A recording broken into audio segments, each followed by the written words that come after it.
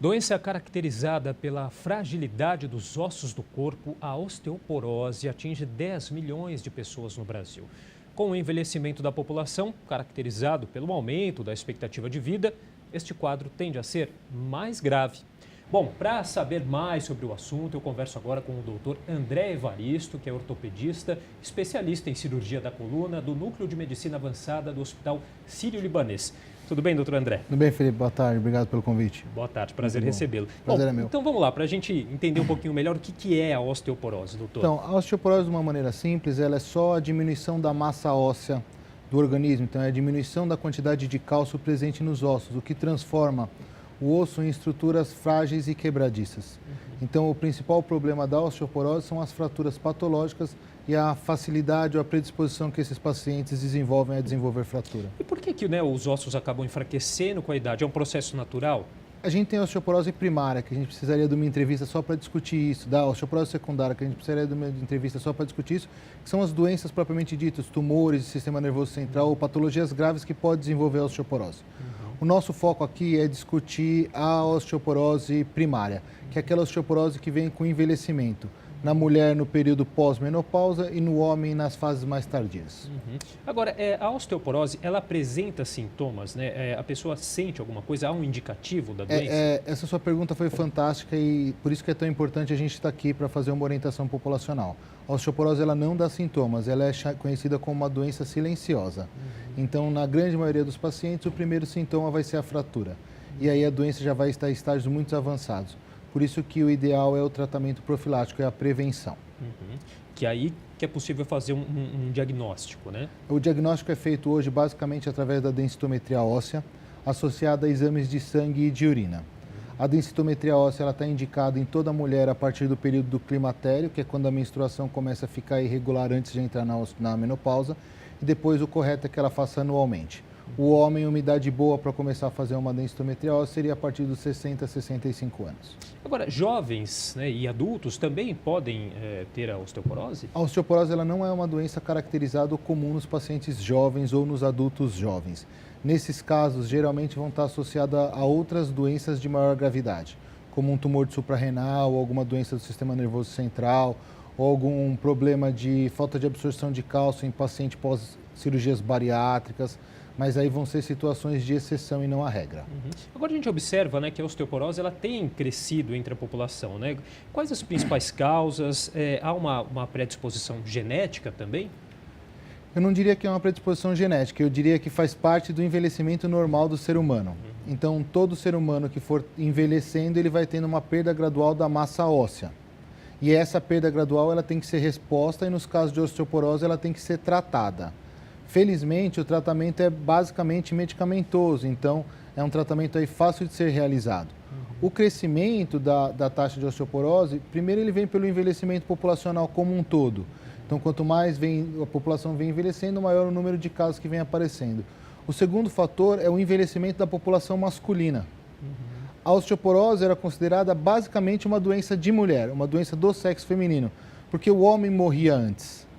Com essas campanhas e com o envelhecimento da população masculina especificamente, a gente tem visto que o homem também tem osteoporose. É que antes ele não vivia o suficiente para desenvolver a doença. Então hoje a osteoporose ela é de uma preocupação tanto no sexo feminino quanto no sexo masculino. Só para a gente entender, então é uma doença que acomete homens e mulheres de forma igual? Homens e mulheres... Da mesma forma? A mulher é mais prevalente, é mais frequente. frequente, é um pouco mais prevalente, mas vai acometer homens e mulheres.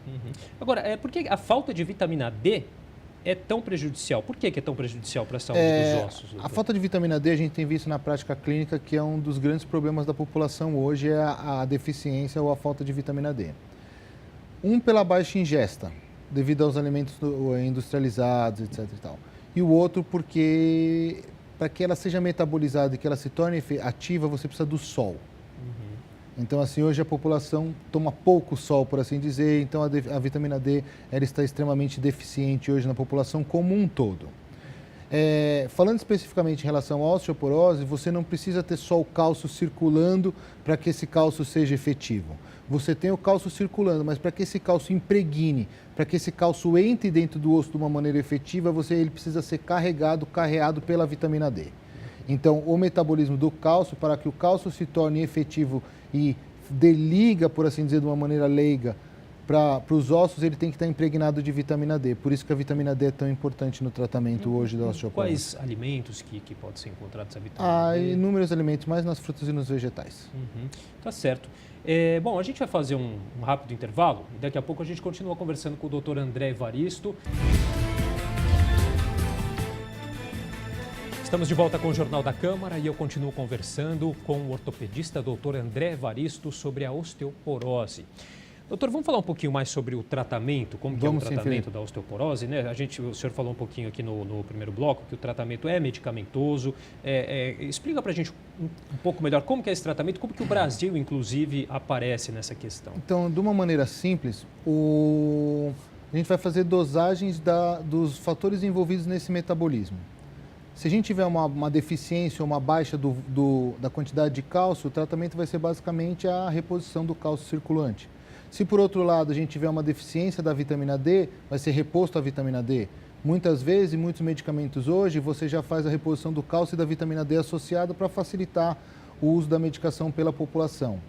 Um outro fator que pode desencadear essa perda de massa óssea no nosso paciente seria uma excreção aumentada do cálcio na urina. Para isso, temos medicações específicas, que é o alendronato e o risendonato, cada uma com características específicas. Agora, existem casos em que a osteoporose já está tão avançada, que a perda de massa óssea é tão avançada, que eu preciso recriar uma massa óssea nesse indivíduo. Para esses pacientes, a gente tem outras medicações um pouco mais modernas, que seria no caso a tetaparitida, que você vai fazer aplicações subcutâneas para estimular a neoformação óssea. Então, existem várias maneiras de tratar, mas o diagnóstico de osteoporose é só um diagnóstico inicial. A partir do momento que você tem o diagnóstico de osteoporose, você tem que saber o que realmente está causando essa osteoporose para que você faça um tratamento mais individualizado para cada indivíduo, para que você tenha um resultado final melhor. E aí é um tratamento para o resto da vida, doutor? É um tratamento para o resto da vida. Tá. Muitas áreas da medicina hoje trabalham muito a questão da prevenção, né? Como que ela pode ser trabalhada também na questão da osteoporose? Eu acho que por isso que é tão importante a gente ter vindo aqui, você ter me dado espaço no seu programa de eu vir aqui para falar para a população. O principal motivo, o principal fator de prevenção da osteoporose é o diagnóstico e o conhecimento populacional. Porque ela é uma doença silenciosa, ela é uma doença que não vai dar sintomas. Então, se toda a população, a mulher a partir do período da menopausa e do climatério, e o homem a partir de 60 anos se interessar pelo tema e for atrás desse diagnóstico, as reposições das substâncias envolvidas no processo pode ser feita de maneira precoce e a gente vai barrar o osso numa qualidade de osso normal ou numa qualidade de osteopenia, que é uma massa óssea um pouco diminuída, mas não doente, e a gente vai diminuir os casos de osteoporose, que são os pacientes com osso realmente ruim, que a gente tem tão grande aí na nossa população hoje em dia. Perdão, desculpa interromper, mas só para que fique exemplificado a importância da osteoporose, a fratura no idoso, muitas vezes, ela leva ao óbito. A fratura de colo de fêmur tem quase 50% de mortalidade no paciente idoso em até 2 anos pós-fratura. Então, o tratamento da osteoporose, ele é uma questão de saúde pública que tem que ser encarada com a seriedade de vida. E acredito que poucas pessoas saibam dessa importância da prevenção no tratamento, né, doutor? Poucas pessoas sabem da importância da prevenção. Inclusive, dentro da Sociedade Brasileira de Ortopedia e Traumatologia, tem sido feita campanhas para que o ortopedista seja mais atuante no tratamento da osteoporose. Hoje a gente tem a ajuda importante das equipes de endocrinologia e de ginecologia, que tratam a mulher, que também estão capacitados para tratar esse tipo de patologia. O mais importante é que a gente não perca pacientes sem tratamento no início da doença ou quando a doença se desenvolve. A pessoa que tem a osteoporose tem algumas dicas ou cuidados especiais que essa pessoa deve ter? Eu acho que eu deixaria como dica especial, como cuidado especial, procurar um profissional capacitado para que tente, pelo menos, mesmo que parcialmente, refazer essa massa óssea através de tratamentos mais avançados. Além da prevenção de queda e de fraturas.